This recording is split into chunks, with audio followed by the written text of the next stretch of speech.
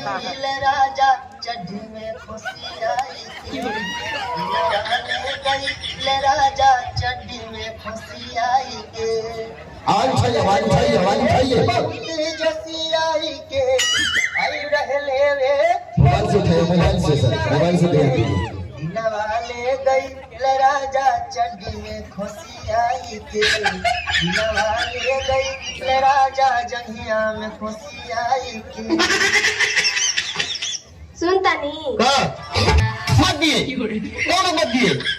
अगर जब तो पहले दिल दा गालू तो माँ कसम नहीं कुछ दिल में बिल कर रहे तो कहलू का सुना तू पटना से दवाई करावा चाहे आजमगढ़ जाई के, अच्छा भतार मरले तो तुम्हारे को टीवी आई के बुला जाए तू ठिकाई जाबू। चले जाओ यहाँ से, मत सताओ हमें। में कौन हो? छिहत्तरी नुगे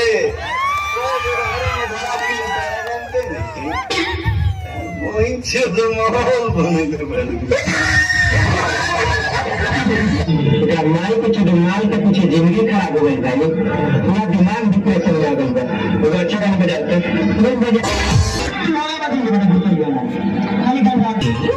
बढ़िया में कजरवा नहीं हके ना ठीक पड़ी का मैंने बतावा ले बड़ी लवंडी जाए करो आखिर काजल लगा ले ढोही काजल लगावा छे कई जवानी में आगे लगा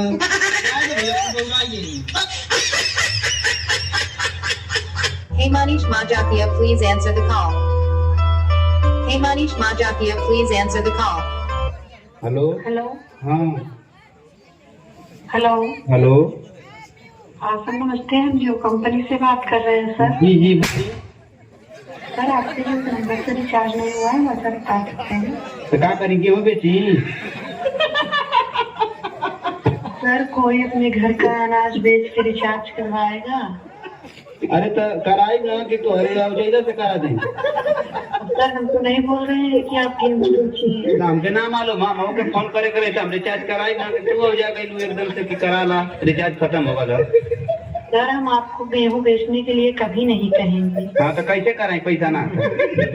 आप सर आप ये भी अपनी समस्या बता सकते हैं। तो समस्या बता के क्या करो क्यों कर हल लेना तो